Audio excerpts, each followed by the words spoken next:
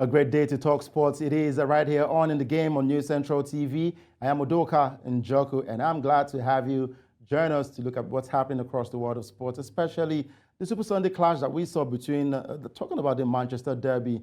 But yes, Rashford scored the first goal, but it ended in tears for Manchester United as City proved once again that they are the dominant team when it comes to playing in the English Premier League. All right, you can join us on social media at News Central TV and do subscribe to our YouTube channel as well. Now let's start off the top 5 stories with an interesting one, and it has to do with Super Eagles superstar and Fulham player Alexander Iwobi. He has returned to social media after taking a break following backlash faced during the Africa Cup of Nations tournament.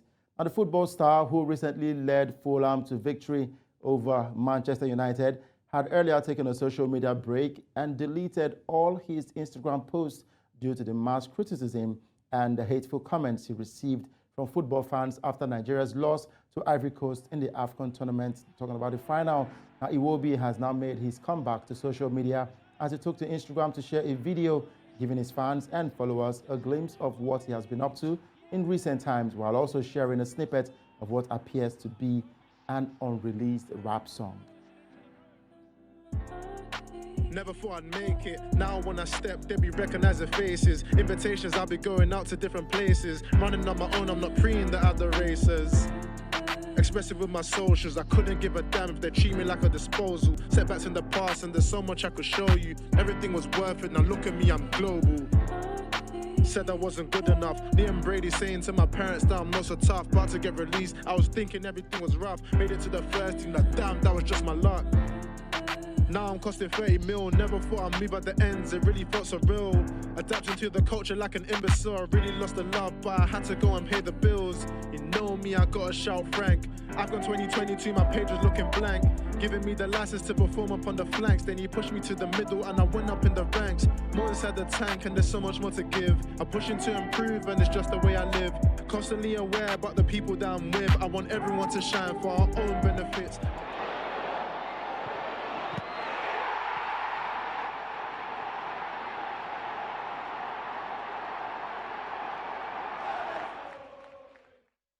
Now, of course, this is not the first time Iwobi is doing this. Last year, he dropped his debut single titled Hate on Me. So we look forward to more rap songs that are coming from Alex Iwobi to show you that he's not just a superstar when it comes to playing football. He's also good when it comes to acting and also the music industry. So we are not even ready for what Alex Iwobi has to offer. From there, let's go straight to the world of cricket as the Nigeria Cricket Federation Invitational T20 International Tournament concluded on Sunday evening in Lagos. Tanzania emerged champions with a perfect record, accumulating 10 points, while Nigeria, the former champions, secured second place ahead of Rwanda and Sierra Leone. Tanzania solidified their dominance by defeating Sierra Leone by 90 runs in their final match, fortifying their position as the tournament champion. The day's highlight was a crucial match between Nigeria and Rwanda, which determined the runner-up position. Nigeria, lifted by their previous victory over Rwanda, emerged victorious once again, securing second place at the NCF Invitational Tournament, showcased exciting matches and individual brilliance, with Tanzania taking the crown. Now, the next stop for the teams that featured in that tournament is the African Games in Ghana. And talking about Ghana, let's talk about the Black Stars defender Abdul Babarahman. He made his return to the pitch over the weekend as a PAOK's league game against Lamia. The Ghana international was making his first appearance for the club since coming off in the Greek Cup semi-final against Panathinaikos. Babarahman was taken off earlier than expected in that fixture after a collision with his mark, which saw him lose consciousness. The left-back returned to the team on Sunday for their game against Lamia, starting his 17th league game of the season. Now, the Ghanaian scored in the dying minutes of the game to wrap up victory for PAOK after Tyson had given them the lead in the 71st minute in the away game. Babarahman has now scored 4 goals in the Greece Super League, while he also has 2 assists to his name.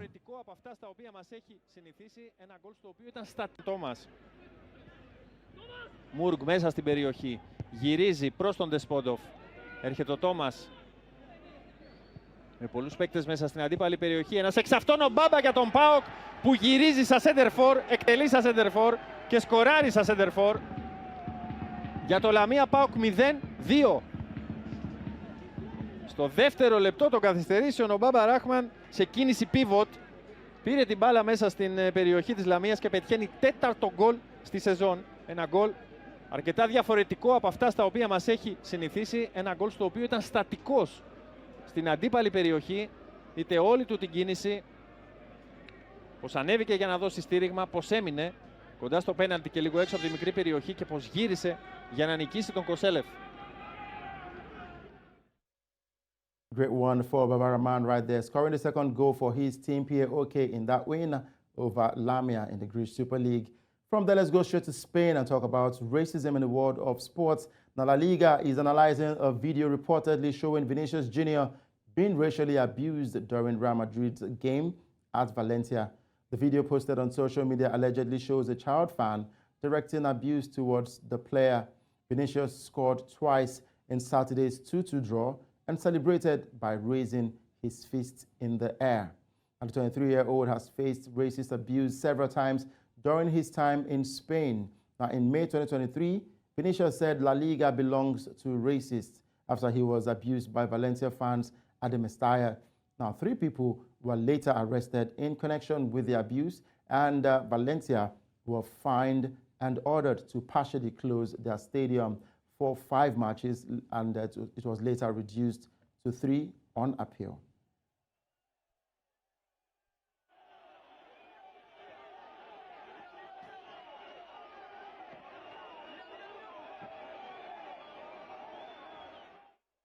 And lastly, on our top 5, let's talk about the world of tennis. As Katibota won her first WTA 500 title by fighting back from a set down to defeat Marta Kostyuk in the San Diego Open final. The 27-year-old Briton won 5-7, 6-2, 6-2 in the biggest triumph of her career so far. After a close first set, Bota dominated Ukrainian Kostyuk to secure a victory that lifts her to a career-high ranking of 27th in the world. Bota converted 7 of her 11 break points and also saved 7 of the 11 that she...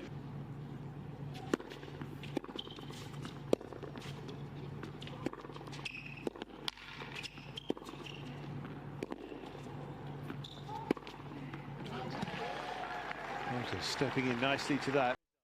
Congratulations to Bota. And her only other WTA Tour win was at last year's Nottingham Open, a WTA 250 event. Now let's go on a break as we wrap up our top 5 stories. When we come back, of course, there's a whole lot more to talk about in the world of sports. We'll be right back.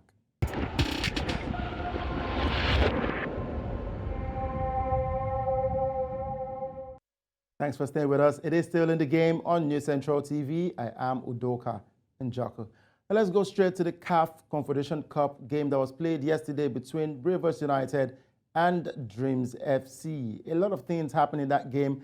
At some point, it felt like Dreams FC would win that one by a goal to nil. But of course, Rivers United had other plans, and they came from a goal down to ensure that they defeated the Ghanaian side 2-1. And with that victory, it means that Rivers United have now qualified for the quarterfinals of the CAF Confederation Cup following that win. They needed to better the 2-1 scoreline they recorded against the Ghanaian opposition in the first leg to urge them on the head-to-head rule in case Club Africain of Tunisia beats Academecia Petroleos of Angola. And looking at that one, the Angolan team drew Club Africain at home, and Rivers United scored the late winner. So it means that Dreams FC and Rivers United have qualified for the next round, talking about the last 8 of the CAF Confederation Cup. So big result for Rivers United. It also means that it secures NPFL 4 slots on the continent for next season. Now, joining us to talk about this is media officer for Rivers United, Mayuku Charles. Good to have you with us, Charles. Yes, good to be live on your show, and it's a day of joy after a very thrilling night of football in Uyo. Definitely a day of joy for the fans of Rivers United. Truly, Rivers United is the pride of Rivers, and I'm sure you did celebrate that win against Dreams FC. But at some point, Dreams FC were in the lead during that game. Was there any moment the team felt afraid that it was going to fall apart for the team? Well, you needed to be in the dressing room at halftime when, after 45 minutes, Rivers United were down by 1-0, courtesy of that 48th minute strike from danger man Aziz Issa. In the locker room, we had with us the Commissioner for Sports, Rivers State, Barrister Christopher Green. We had the General Manager of the club, Chief Ukek Baloku. We had the Chief Coach, Coach Evans Ebeyi. We had also the club secretary.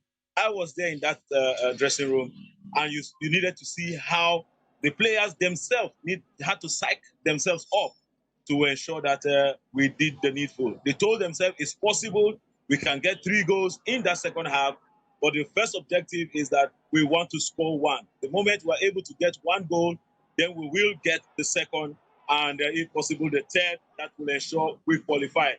We didn't have our eyes on the game in Tunisia. I think the bookmakers got it wrong totally, thinking that Club Africain would have defeated Lobito APC by as many goals as possible. But we told ourselves, let's believe. We did not have to complain. We did not have to explain. We had our chances in the first half. We failed to take them, and we needed to go all out. And when we stepped out for the second half, we knew our destiny were in our hands. And after 45 minutes of the second half, we were happy that we were able to turn things around. Now, talking about turning things around, there's been a bitter rivalry between Nigeria and Ghana. And after that game where Rivers United won 2-1, the two teams, the Nigeria and the Ghanaian team, came together to celebrate as one. How did that make you feel as a Nigerian football supporter? Well, first thing first, as a neutral, I felt very happy. I saw 2 brothers, West African brothers, sharing pleasantry. That's what football is all about. Football is all about friendship. Football is all about fair play. Football is not war. It's one, factor that brings together people. Now, but I think the bottom line was that at 90th minute plus 7, it was still 1-1 at both stadia in Tunisia, and also at the Gospel Akpabio Stadium. It was 1-1. So we had our eyes, we off the pitch had our eyes on our phones. We were checking updates, and we were pushing the players on the pitch. We need 1 goal, just 1 goal, just 1 goal. 1 goal will see us through, because if Club Africain had scored, we would have been eliminated from the tournament. And when that goal came, courtesy of Kazie Eyinaya, it erupted. Now, the Ghanaians were a bit surprised that we were celebrating after 2-1. Before that time, the permutation was that if Rivers United win 2-1, we will be eliminated via the goal advantage, since there would have been tie over the head-to-head record. But the Ghanaians, they were a bit surprised that we were celebrating we had qualified. How was it going to be possible? It was when the news now got to them that the game in Tunisia ended 1-1. They were not surprised. Also, they had qualified, and that's why you saw that friendliness more. We had to stay together and celebrate together. All right, talking about celebration, of course, the whole of Nigeria football fans do celebrate with Rivers United for making it to the last 8. Now, the boys have been separated from the men, and we know how tough our North African brothers can be. We have teams from Morocco and Egypt playing in this one. Modern Future from Egypt. There's RS Berkane from Morocco. Of course, there's Stade Malien from Mali, Dreams FC from Ghana, Abu Salam from Libya, USM Alger from Algeria, and Zamalek from Egypt. Now, looking at the ranking when it comes to club football in Africa, how well do you think, or rather how far do you believe that Rivers United can go up against these stronger teams? First and foremost, the method for the draws is that the top teams will be seeded, while the runners-up will also be seeded, and no 2 teams can meet each other from the same group. So it shows the dynamics very open. Rivers United know we cannot meet Dreams FC, so we are condemned to play a North African side. But first thing first, we've secured the 4 slots for Nigeria as far as the club competition is concerned. The same thing for Ghana. Dream has also secured 4 slots also for them. So the next season they're going to be serving 2. But coming back to the reality, we know that this North African side, especially the winners, the runners-up also, RS Berkane. We also know that US are all just very difficult teams. If you ask me as a neutral, I would want Rivers United to play against Zamalek. But you know how it is in football. It's going to be over 2 legs. Who is the better side over 2 legs will get to qualify at the end of the day. And I hope whichever teams Rivers United get to meet, the 31st of March will be the first leg at the Gospel Akpabio Stadium in Uyo, because the runners-up will host the first leg while the leaders will host the second leg. So wait and see how that pans out. The last time out, we were unlucky, I must say. We were eliminated after losing at home in the first leg. We will not want that to repeat itself going forward in this year's competition. All right, so we are looking forward to the draws, and hopefully Rivers United can have a favorable one and help them seal qualification to the last 4, talking about the semi-finals of the CAF Confederation Cup.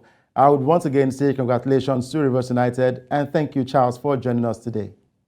Thank you very much. I had to do this. I know the background noise. You know I'm out. We just got into Port Harcourt from Uyo, and it was still trying to settle down. But of course, thank you so much for your support. To your viewer, we're all proud to be Nigerians, and you watching all over the world.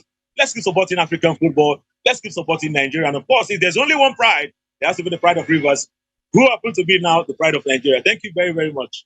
All right, thank you very much. The pride of Rivers, and hopefully they can become the pride of Nigeria if they pass the last 8 of the CAF Confederation Cup, make it to the semi-finals. And who says a Nigerian club cannot make it to the finals of this year's CAF Confederation Cup? We all look forward to that one. Well, after that game, both coaches spoke, talking about the post-match conference. Let's hear from both of them. I'm not worried because I came here with 3 options. I know if they beat me 2-1, I have the goal 4. I'm having 4, 10 or 11. I'm having 11 goals. So that is where the goals will matter. So I came here either to win, to lose maybe 1-0 or 2-1, and then to draw to qualify. All the bottom line is for me to qualify. Since I've qualified, I'm okay.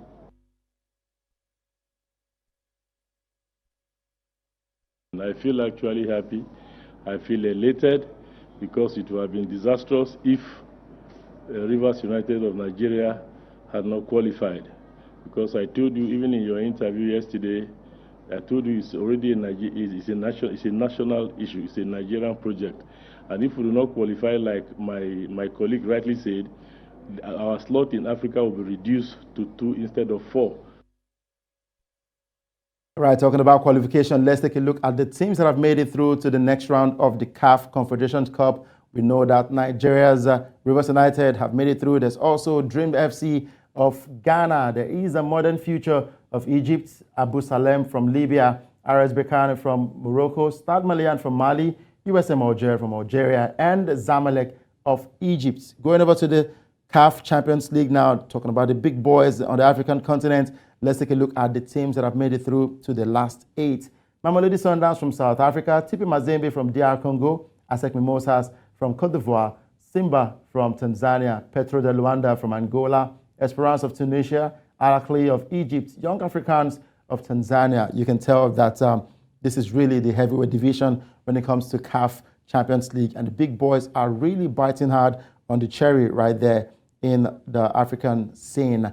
All right, talking about Africa, let's go straight to club football and go talk about what happened in the Egypt Premier League yesterday. It was just one game that went down, and it was the EMPPI losing at home to Al Ittihad Alexandria. That game ended 2-1 in favor of the away team.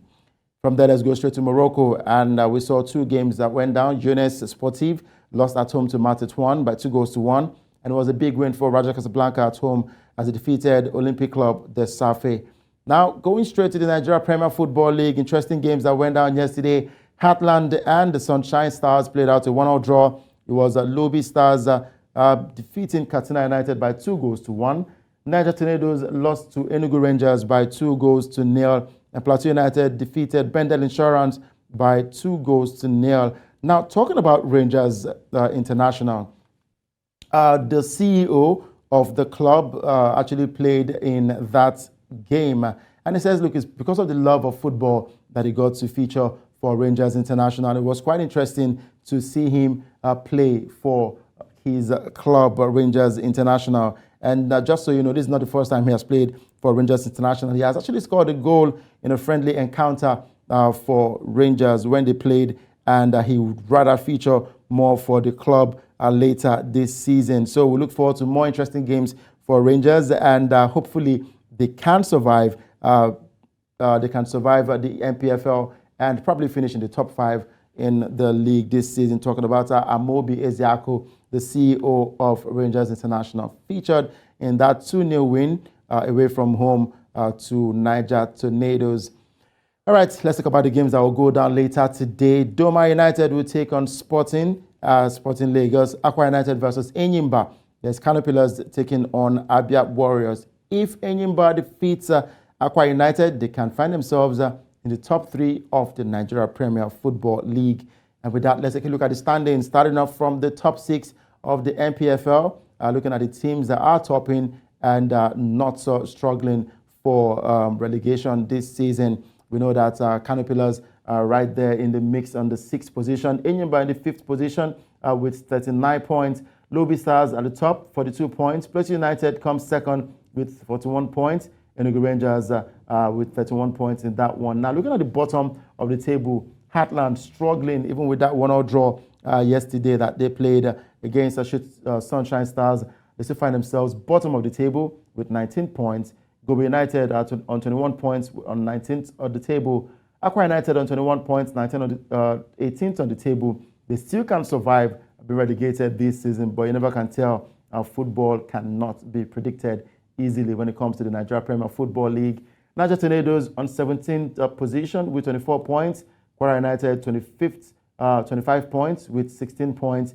And Bayelsa are placed on the 15th position with 27 points. So the struggle continues right there in the NPFL until the last day. Then we can tell you who the eventual winner of the NPFL will be. All right, from there, let's go straight to Ghana. Our West African brothers, looking at the games that were played yesterday. Berekum Chelsea defeated Karela United by 3-0. But it was Hearts of Oak who extended their winning streak with a 2-1 win against Inswatreman. Dennis Kosa almost giving it away. Abdul Rahman, a chance. Walid Fusaini! Inswatreman have broken the deadlock. And that was some poor defending from Hearts of Oak, if you ask me. The ball was a good ball, but what was Kosa thinking? It was a poor touch. Agbesima was late. Abdul Rahman found Fusaini. First touch, second touch, he's beaten. Here is Linda. Now Salifu Ibrahim is a chance. It takes a deflection. The Phobians are back in it. And it's 1-1. Just a minute after the break. Good movement from Linda. Here comes Salifu Ibrahim. And Salifu Ibrahim to Cisse. Hamza is making the run. Cisse hangs on. Here is Cisse. Ofori back kills the ball to Kosa. Kosa to Cisse. Here is Cisse! The Phobians have jumped into the lead here in Inswatch. What a beautiful goal. The build-up was fantastic. It started from Cisse himself. He was trying to get the ball to Hamza, saw Kosa. Kosa timed his run, found Cisse, and what a shot. Kakari with a very good delivery. It's over. In Inswatch, Hearts of Oak have won on the road. We lost a little bit of concentration because the instructions were clear.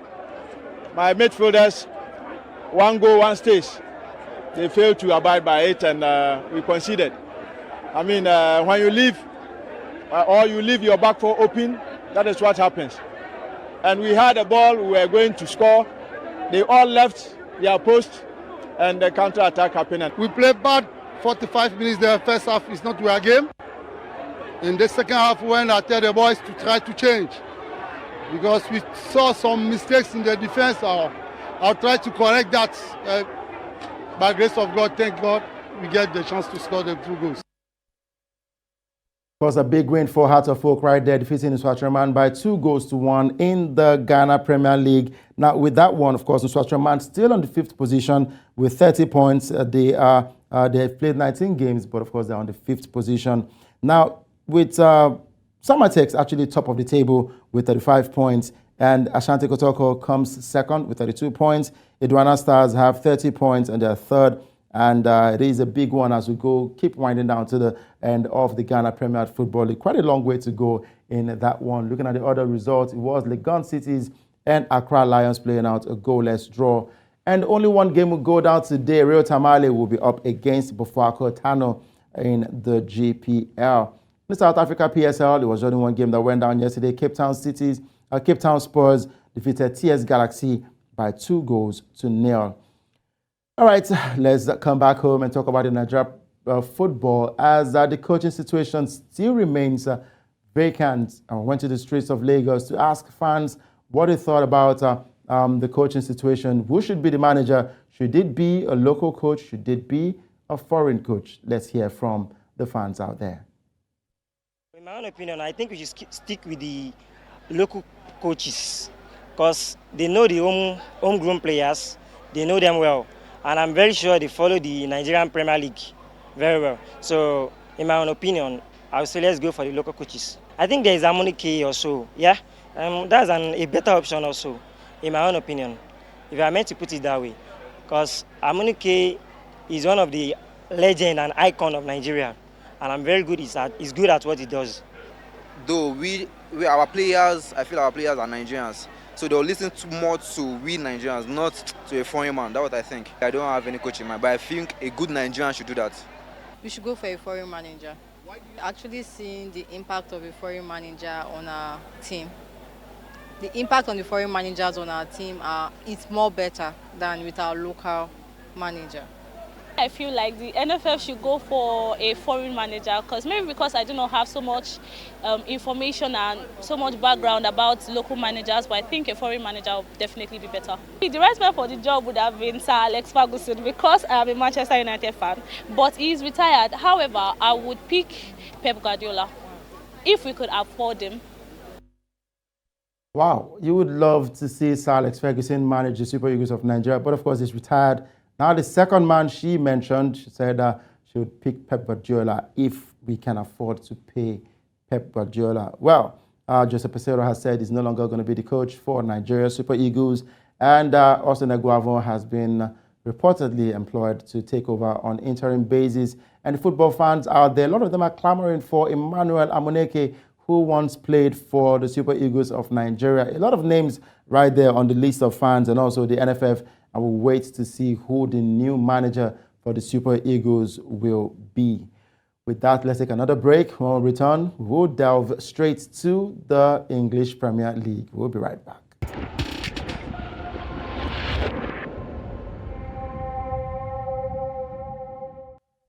Glad to have you stay with us. It is still in the game on News Central TV. Now let's go straight to the English Premier League. It was a drama yesterday as Marcus Rashford got the first goal in that game, talking about the Manchester derby, but it ended in tears for Manchester United as they lost to... Stunning goal from Marcus Rashford, and against the run of play, and we've only been playing 8 minutes, United have goals in a season, and he's got, another 3 months to grab even more. What I'm really proud is still, after what happened so many times in the past, still able to perform with this desire, with this. Did you see the 3 or 4 actions from Phil coming back to win the balls and recover when he's a winning player, and this is the mentality still we have. It didn't surprise me because always we have the tendency to drop. But we do it today, but we do it in Luton in every single game.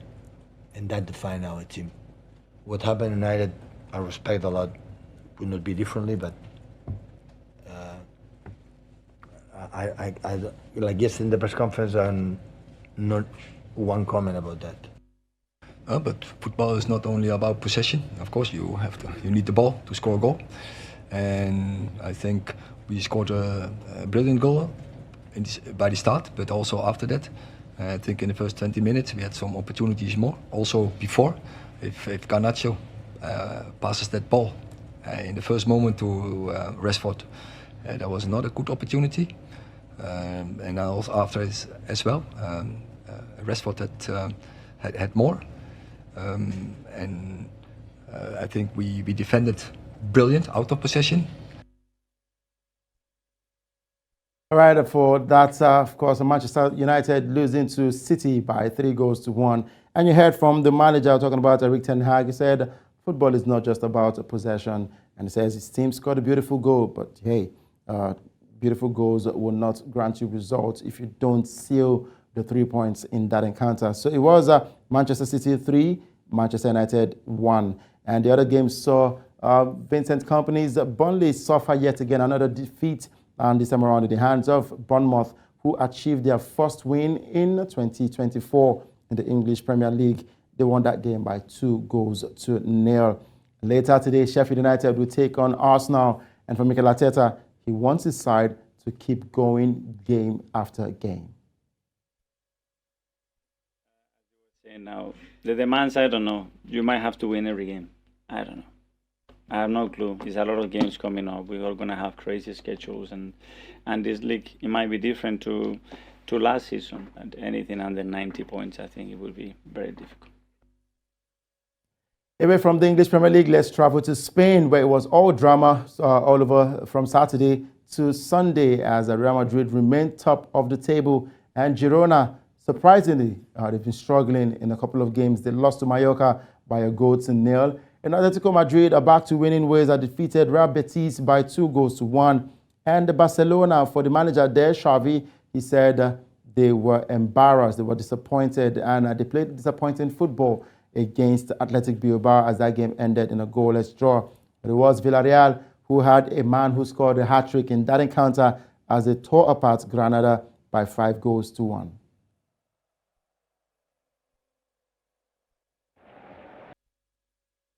We also saw Valencia play yesterday. They defeated Granada by 5-1. And I would have actually loved to see the beautiful goals scored in that encounter.